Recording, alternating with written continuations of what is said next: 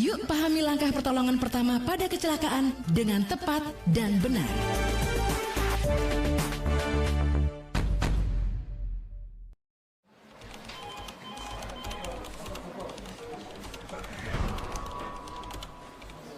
Kerjaan banyak banget dah.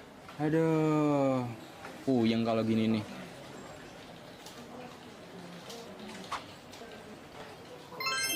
Untung ada ini, RRI Digital.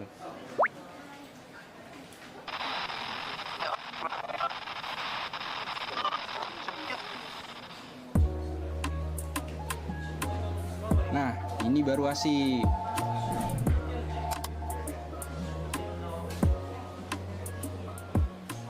Cangkul, cangkul, cangkul yang dalam, menanam pohon di rumah kita. Iya, yang lagi nanam pohon happy banget. Ya iyalah, bangga aku tuh bisa berpartisipasi kurangi global warming. Nggak cukup sampai di sini aja. Pohon itu harus dirawat.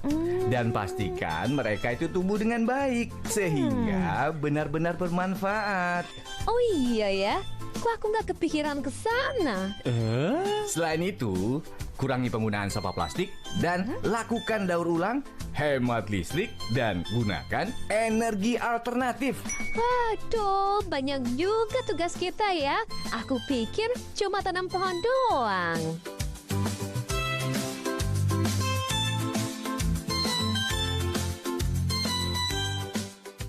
Pernahkah kamu merasa tisu terbuang begitu saja?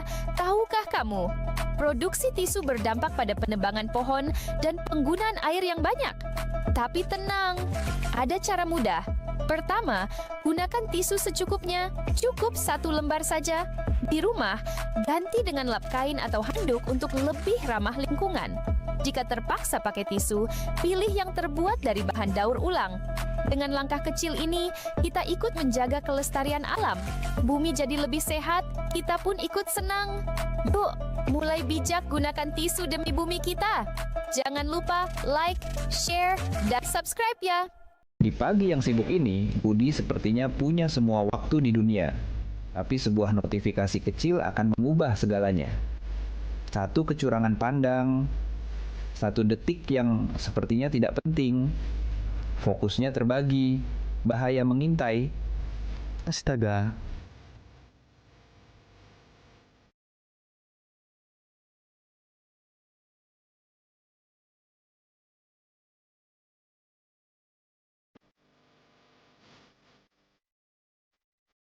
Satu detik kelalaian bisa merusak hidup.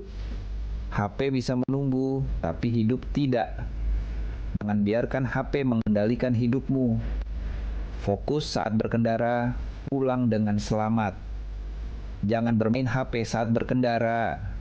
Halo teman-teman, kenalkan ini Cici, ikan kecil yang tinggal di sungai yang indah dan jernih ini. Bagi Cici dan teman-temannya, sungai ini adalah rumah terbaik untuk bermain setiap hari. Tapi lihat, tiba-tiba banyak benda aneh yang jatuh dari atas. Duh, apa itu ya?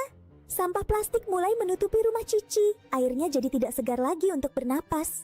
Teman-teman Cici mulai kesulitan mencari makan dan bermain karena tumpukan sampah ini. Aduh, kasihan Cici. Membuang sampah di sungai sangat berbahaya bagi mereka yang tinggal di sini. Sampah-sampah ini tidak bisa hilang sendiri dan akan terus merusak sungai kita. Cici tidak mau tinggal diam. Ia berenang ke tepi sungai untuk meminta bantuan. Di sana, Cici melihat teman-teman manusia yang belum sadar akan bahayanya sampah. Cici mencoba memberitahu mereka. Untungnya, anak-anak itu sadar dan mulai mengambil kembali sampahnya. Hebat, sekarang sungai sudah bersih kembali. Cici dan teman-temannya bisa bernapas lega. Ingat ya teman-teman, sungai bersih, hidup pun asri, jangan buang sampah di sungai. Berkendara butuh fokus penuh. Tapi, apakah kebiasaan ini membuat Anda lengah di jalan? Abu rokok sembarangan bisa mengganggu pengendara lain. Satu kecerahan panas di mata bisa berujung bencana. Saat konsentrasi terbagi, bahaya datang tanpa permisi. Sedikit kelalaian bisa berakibat fatal. Keselamatan adalah prioritas utama. Tunda keinginan itu sampai berhenti di tempat yang aman. Kendaralah dengan fokus demi keselamatan Anda dan semua pengguna jalan. Lihatlah teman-teman, alam kita sedang terluka karena sampah dan polusi. Tapi, apa yang bisa kita lakukan untuk membantunya? 105,4 FM Pro 2 Singaraja, teman terbaik kamu. Selamat pagi teman Pro 2. Senang banget hari ini ketemu lagi bareng aku Ita Saputri di obrolan sepada ya. Dan sekarang ini kalau misalnya ada musibah atau bencana, biasanya apa sih yang pertama kali kita lakukan? Buka media sosial, lihat video, baca berita, terus kasih komentar. Ada yang mendoakan, ada yang kasih semangat, tapi gak sedikit juga sih yang cuman lewat begitu aja. Padahal rasa peduli itu sebenarnya gak berhenti di kolom komentar. Sekecil apapun aksi yang kita lakukan, entah itu donor darah, jadi relawan, ikut penggalangan dana, atau mungkin sekedar membantu orang di sekitar kita, itu juga suatu bentuk kepedulian yang nyata. Nah, pagi ini teman Pro 2 kita bakal ngobrol soal bagaimana sih anak muda bisa mengubah rasa peduli menjadi aksi. Karena ternyata membantu orang lain itu gak harus nunggu jadi orang hebat dulu. Sudah hadir di studio bersama kita ada Kak Galar dan Kak Juniartini, relawan PMI dari Kabupaten Buleleng. Selamat pagi kakak-kakak. Selamat pagi. Apa kabar hari ini? Alhamdulillah baik. Baik ya. Nah, kalau kita ngomongin kata peduli nih Kak Galar dan juga Kak Juniartini, menurut kalian arti peduli itu sebenarnya seperti apa sih? Oke, kalau dari saya sendiri, dari kata arti peduli itu kita selalu aware atau awas dengan di sekitar kita. Jadi kalau ada apa-apa itu kita bisa bereaksi. Ada sesuatu kita harus bisa bantu segala macam. Itu kepedulian bagi saya. Kalau dari Kak Juni? Kalau dari aku sendiri sih peduli itu lebih ke kita nggak ngelihat nih dia itu dari mana, ras apa, atau dari agama apa gitu. Jadi kita benar apa yang dibilang sama Kak Galar, kita aware aja membantu sesama kayak itu sih Kak. Oke, ternyata peduli itu memang nggak selalu harus sesuatu yang besar ya. Apa yang akhirnya membuat Kak Galar, Kak Juni juga untuk memilih turun langsung menjadi seorang relawan PMI, bukan cuma jadi orang yang hanya melihat dari jauh aja? Dari Kak Juni? Kalau misalnya dari aku sendiri sih, kita tuh biasanya kan kalau misalnya ada kejadian nih di sebuah media sosial, kebanyakan mereka tuh cuman memvideokan, memfoto seperti itu, tidak ada pertolongan langsung atau enggak minimal meminta bantuan kepada ambulans seperti itu. Jadi menurut aku itu sih yang membuat aku terketuk untuk menjadi relawan, karena menurut aku sendiri peduli itu bisa dari hal terkecil, hal terkecil aja, misalnya kayak yang kita bisa lakuin karena aku sendiri udah umur 20-an. Jadi udah bisa lah istilahnya untuk donor darah kayak gitu. Itu hal terkecil yang menurut aku bisa aku lakukan di umur aku yang segini kayak gitu. Mungkin dari Kak Galar? Ya, kalau dari saya sendiri juga, dari awal saya donor darah, itu yang membuka penglihatan saya kayak, oh, hanya dengan saya donor darah bisa membantu orang yang membutuhkan darah. Dari sana terus berlanjut, saya jadi relawan, lihat ada orang yang kena bencana, gimana mereka kehilangan, bukan hanya kehilangan orang yang terdekat ataupun barang-barangnya. Di situ saya bisa membantu mereka dari dianya bersedih sampai dia masih bisa tertawa dan melupakan kesedihan itu. Di situ dah membuka hati saya mulai jadi relawan. Oke, tapi sebelum jadi relawan pernah nggak sih mungkin kalian ngerasa takut atau ragu untuk menjadi relawan karena belum punya pengalaman yang gimana? Kalau dibilang takut di pertama kali pasti. Kalau belum ada pengalaman, tapi dengan berpikir kayak, kalau nggak sekarang kapan lagi? Dan kalau saya tidak bertindak, dia akan lebih buruk lagi keadaannya. Jadi itu yang buat saya memberanikan diri. Kak Juni? Kalau aku mungkin hampir sama kayak Kak Galar, karena dulu aku juga ikut ekstra PMR, yang dimana dulu dikit banget pelatihan untuk PMR-nya itu seperti apa. Jadi dari aku sendiri tuh lumayan ragu untuk menolong orang, apalagi salah penanganan nih gitu, takutnya seperti itu. Jadi tapi mau nggak mau kita juga harus belajar dari pengalaman atau enggak dari pelatihan kayak gitu diajarin. Jadi ya semakin pelan-pelan tapi pasti sih Kak. Sebenarnya apa sih yang memotivasi kalian tertarik untuk menjadi seorang relawan? Kalau dibilang motivasi, kalau dari kata relawan ini kita nggak ada apa namanya memikirkan yang namanya imbalan. Dan kalau kita semua bertindak ini nggak harus ada yuk kita ada kayak gini-gini nih untuk benefitnya dapat gini-gini, kita nggak langsung melihat itu. Jadi motivasi saya ngeliat teman-teman kayak mereka nggak berpikir ayo ikut gini-gini yuk, ikut kegiatan segala macam, apa dapat, nggak usah mikirin itu. Itu yang bikin saya termotivasi untuk ikut. Oh, yang kita cari di sini adalah pengalaman, teman, dan juga relasi yang paling banyak. Kalau Kak Juni mungkin? Kalau aku mungkin hampir sama kayak Kak Galar. Jadi dulu aku PMR-nya itu bukan asli Beleleng, dulu aku juga Kelungkung. Jadi dulu pada saat di Kelungkung itu jujur aku masuk PMR itu karena mau nyari prestasi. Jadi karena dulu itu ekstra PMR tuh lumayan terkenal dengan prestasinya. Jadi aku terjun ke PMR tuh karena itu pertama. Terus yang kedua itu karena memang ajakan dari teman-teman. Jadi semakin banyak dapat teman, habis itu sekarang pindah lagi ke Beleleng, semakin banyak temannya kayak gitu, dan pengalaman tentunya. Oke, menurut kalian kenapa sih masih banyak orang yang gampang banget komentar daripada benar-benar turun membantu? Kalau dari aku sendiri, dari ya generasiku lah ya, generasi Z itu menurut aku karena kita itu seperti yang aku katakan sebelumnya itu ragu-ragu untuk membantu, atau sama sekali mereka memang tidak ada rasa untuk membantu sama sekali. Jadi mereka hanya bisa berkomentar di kolom komentar seperti itu, atau saja hanya memvideokan, memfotokan, padahal mereka bisa melakukan seperti hal terkecil itu adalah meminta bantuan atau menelpon ambulans seperti itu. Jadi tidak harus kalian memvideokan habis itu memviralkan, karena menurut aku hal itu tidak membantu sama sekali dari segi korbannya. Mungkin seperti itu, Kak.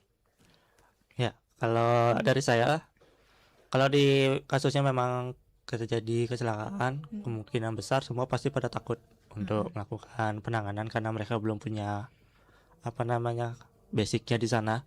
Tapi hal sekecil yang dikatakan tadi, kalau bisa aja nelpon ambulan, itu sudah membantu sebenarnya. Tapi kalau saya yakin anak muda sekarang ini pasti memiliki rasa kepedulian yang tinggi, dan sebenarnya mereka hanya butuh wadah, butuh wadah, butuh pembimbing untuk bisa menyalurkan kepedulian mereka ini. Seperti itu.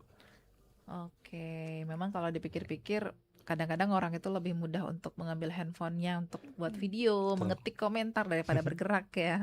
Dari pengalaman menjadi relawan nih, ada nggak satu kejadian yang benar-benar mengubah cara pandang kalian tentang hidup? Kalau dari saya, suatu kejadian itu kalau dari saya di bagian saya ikut pelatihannya. Dari mereka mendidik saya gimana, itu yang berubah gimana kehidupan saya ke depannya. Bahkan cara berpikir saya pun juga berubah ketika melihat bagaimana mereka memperlakukan sesama teman-teman relawan. Dan melihat gimana senior saya memperlakukan teman-teman ataupun korban-korban di saat bencana. Saya melihatnya itu indah kali. Kalau dari Kak Juni mungkin ada pengalaman? Kalau aku sih mungkin hampir sama, tapi mungkin sedikit berbeda dengan Kak Galar. Kalau aku itu pada saat diklat menjadi KSR.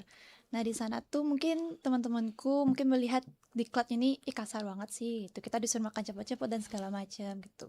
Cuman akhirnya dijelasin sama kakak-kakak di sana juga kenapa sih kita itu kayak dikasih mandi lumpur seperti itu. Habis itu tidak bisa dibilang tidak mandi lah pada saat diklat, habis itu disuruh makan cepat-cepat.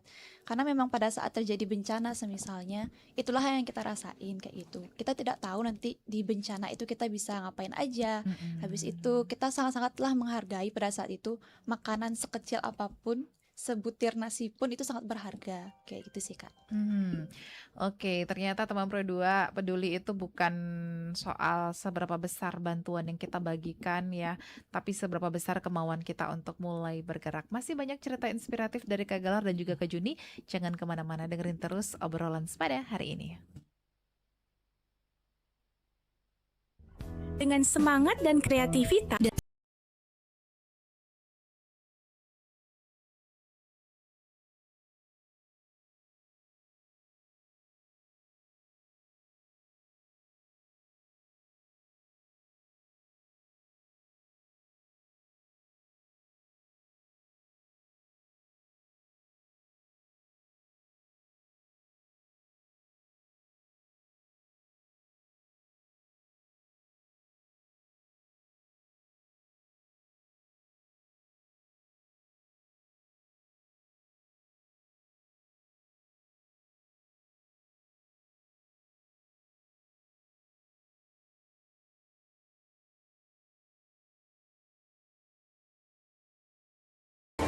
Yuk pahami langkah pertolongan pertama pada kecelakaan dengan tepat dan benar.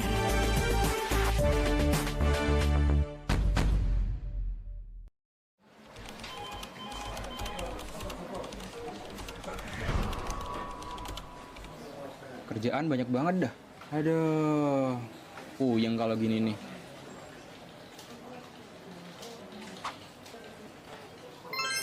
Untung ada ini, RRI Digital.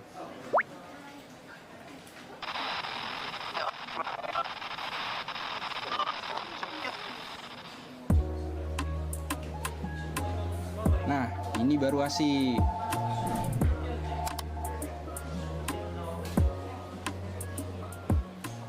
Cangkul, cangkul, cangkul yang dalam, menanam pohon di rumah kita. Iya. Yang lagi nanam pohon happy banget. Ya iyalah, bangga aku tuh bisa berpartisipasi kurangi global warming. Nggak cukup sampai di sini aja. Pohon itu harus dirawat. Dan pastikan mereka itu tumbuh dengan baik. Sehingga benar-benar bermanfaat. Oh iya ya, kok aku nggak kepikiran ke sana? Selain itu, kurangi penggunaan sampah plastik dan lakukan daur ulang, hemat listrik, dan gunakan energi alternatif. Waduh, banyak juga tugas kita ya. Aku pikir cuma tanam pohon doang.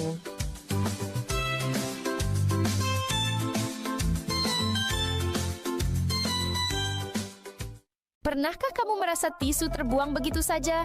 Tahukah kamu? Produksi tisu berdampak pada penebangan pohon dan penggunaan air yang banyak. Tapi tenang, ada cara mudah. Pertama, gunakan tisu secukupnya, cukup 1 lembar saja. Di rumah, ganti dengan lap kain atau handuk untuk lebih ramah lingkungan. Jika terpaksa pakai tisu, pilih yang terbuat dari bahan daur ulang. Dengan langkah kecil ini, kita ikut menjaga kelestarian alam. Bumi jadi lebih sehat, kita pun ikut senang. Yuk, mulai bijak gunakan tisu demi bumi kita. Jangan lupa like, share, dan subscribe ya. Di pagi yang sibuk ini, Budi sepertinya punya semua waktu di dunia. Tapi sebuah notifikasi kecil akan mengubah segalanya. Satu kecurangan pandang, 1 detik yang sepertinya tidak. Oke, terima kasih untuk kamu teman Pro 2 yang masih mendengarkan kita di obrolan sepada, masih nontonin juga di live YouTube RRI Singaraja Official ya. Oke, kita masih bersama Kak Galar dan juga Kak Juni dari relawan PMI Kabupaten Buleleng. Nah, selama menjadi relawan nih, mungkin ada tantangan pasti yang pernah dihadapi. Kira-kira yang paling berat yang pernah dihadapi kakak-kakak apa nih? Kalau tantangan di masa kita masih remaja itu adalah ya tentu pendidikan. Kita harus bisa berbagi waktu, di mana kita harus bisa mengikuti kegiatan relawan dan juga tetap menempatkan pendidikan kita. Walaupun sebenarnya kita nggak tahu kejadian bencana itu, nggak tahu kapan saja terjadi. Betul. Kapan juga kita diperlukan, tapi kita harus tetap mendebatkan masa depan kita sendiri. Udah itu di pendidikan. Jadi itu ya tantangan terbesar bagi saya kalau mau ada di relawan. Dan juga konsisten sebenarnya. Kalau udah jadi mau ikut relawan tapi nggak ada konsisten dan tidak ada rasa ingin terus ada di memiliki kegiatan ini, ya ikut sekali habis itu hilang. Oke, Kak Juni mungkin? Kalau aku mungkin juga hampir sama Kak Galar, karena aku juga masih kuliah.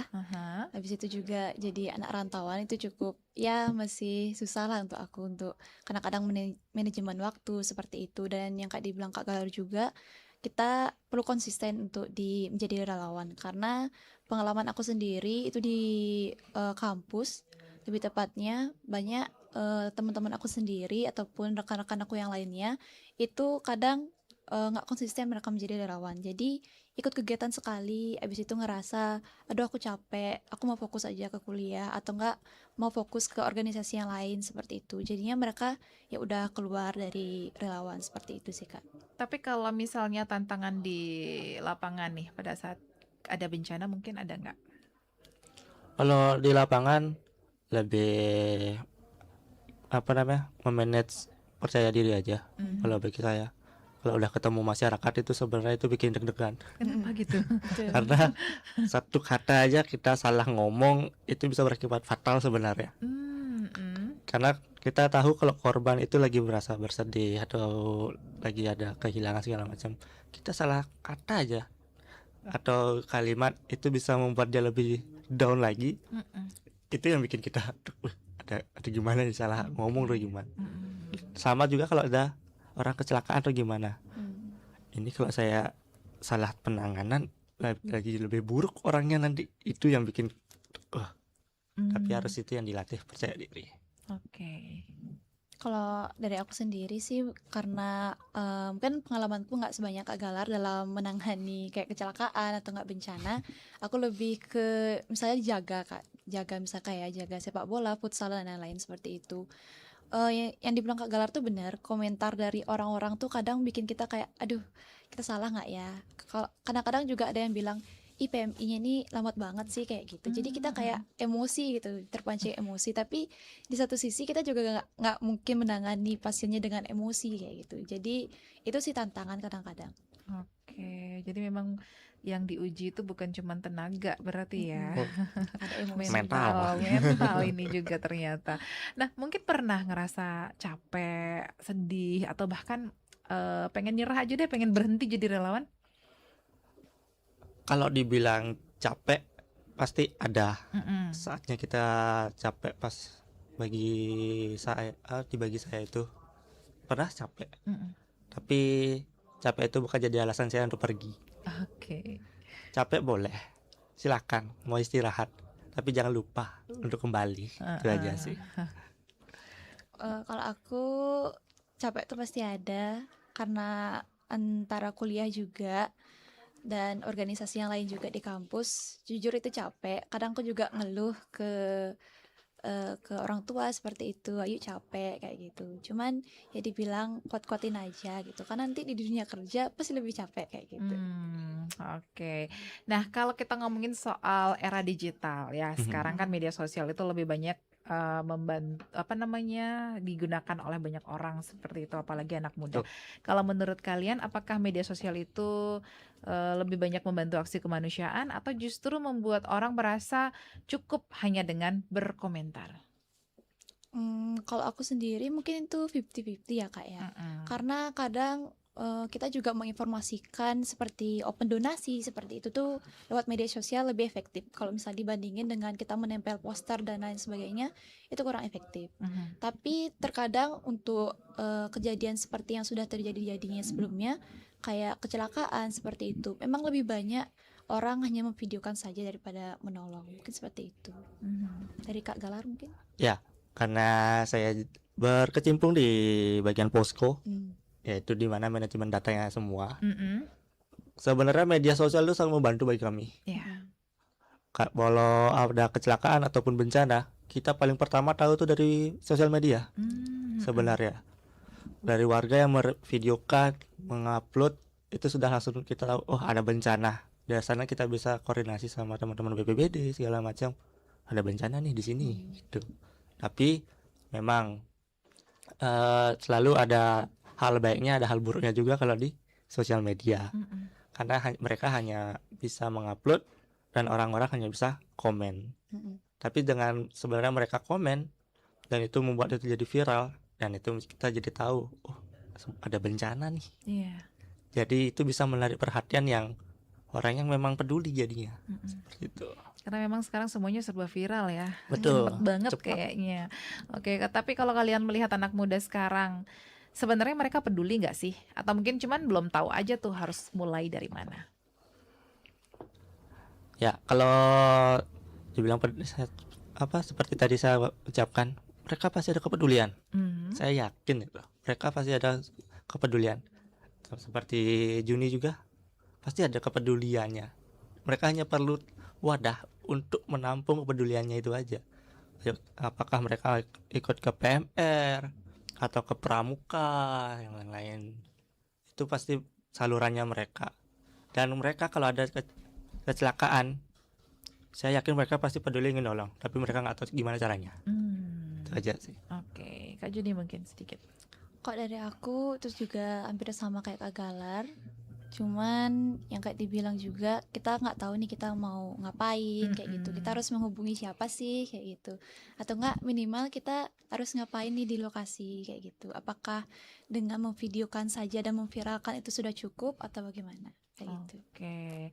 Satu pertanyaan dari teman Pro 2 yang masuk di WhatsApp di 0811399154 pagi hari ini ada yang mau bertanya. Selamat pagi Kak Galar dan juga Kak Juni. Perkenalkan aku Yuna di Banyuning. Pernah nggak kalian merasa kecewa karena bantuan yang diberikan justru mendapat respon negatif dari orang lain? Ya, karena apa namanya? Bantuan tuh tidak selalu sesuai, ya kadang-kadang nggak tepat sasaran istilahnya ya. Tapi itu yang menjadi apa namanya evaluasi bagi kami sebenarnya. Kalau ada apa namanya komplain ataupun keluhan dari masyarakat terkait bantuan, itu ya kecewa ada. Istilahnya kalau kita udah bantu tapi ngeluh kan gitu. Tapi disitulah titik evaluasi kami sebenarnya seperti itu sih. Kok dari aku sama kayak di kampus juga kadang kita ngasih pertolongan nih kayak gini. Cuman kadang-kadang ada aja kayak celentingan kayak kok lama banget sih, kok gitu sih penanganannya kayak gitu. Mending kadang-kadang kita juga kerja sama tenaga medis dari kedokteran kayak gitu. Kadang mereka bilang kasih aja tenaga medisnya kayak gitu. Mereka lebih tahu nih gimana penanganan seharusnya gitu. Jadi kadang-kadang itu yang buat kita kayak kalau gitu nggak usah dah itu ditolong kayak gitu. Ada aja celentingan kayak gitu juga dari kita relawan di kampus. Cuman karena memang kewajiban kita, karena udah diminta bantuan seperti itu kan kita menjalankan saja jadinya. Oke, wah nggak kerasa waktunya ternyata sudah sedikit lagi. Yang terakhir mungkin yang ingin kalian sampaikan untuk teman Pro 2 yang lagi dengerin, yang lagi nonton hari ini.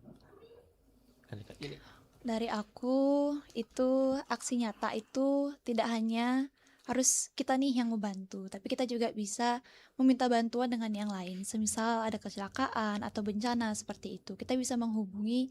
Kalau dari aku tuh mungkin dari ambulans PMI atau enggak nomor PMI-nya diminta bantuan seperti itu. Atau tidak jika semisal memang tidak tahu wadah untuk menginformasikan, kita bisa dengan memvideokan, memviralkan seperti itu dan nantinya mungkin ada relawan yang mengetahui juga menginformasikan. Jadi informasi itu tidak hanya terbatas hanya viral saja tapi juga bisa membantu. Kayak gitu. Dari Kak Galar? Ya.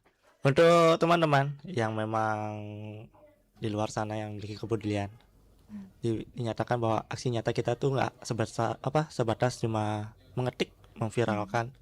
Teman-teman bisa mencari mau ke PMR ataupun ke Pramuka ataupun ke tempat lainnya, LSM ataupun organisasi kemanusiaan itu banyak banget teman-teman.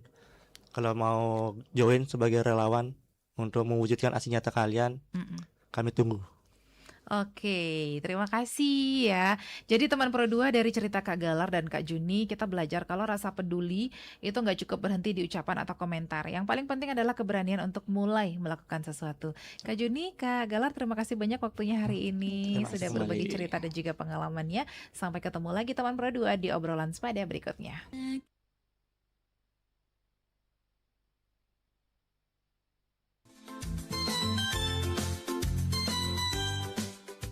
Pernahkah kamu merasa tisu terbuang begitu saja? Tahukah kamu, produksi tisu berdampak pada penebangan pohon dan penggunaan air yang banyak? Tapi tenang, ada cara mudah. Pertama, gunakan tisu secukupnya, cukup 1 lembar saja. Di rumah, ganti dengan lap kain atau handuk untuk lebih ramah lingkungan. Jika terpaksa pakai tisu, pilih yang terbuat dari bahan daur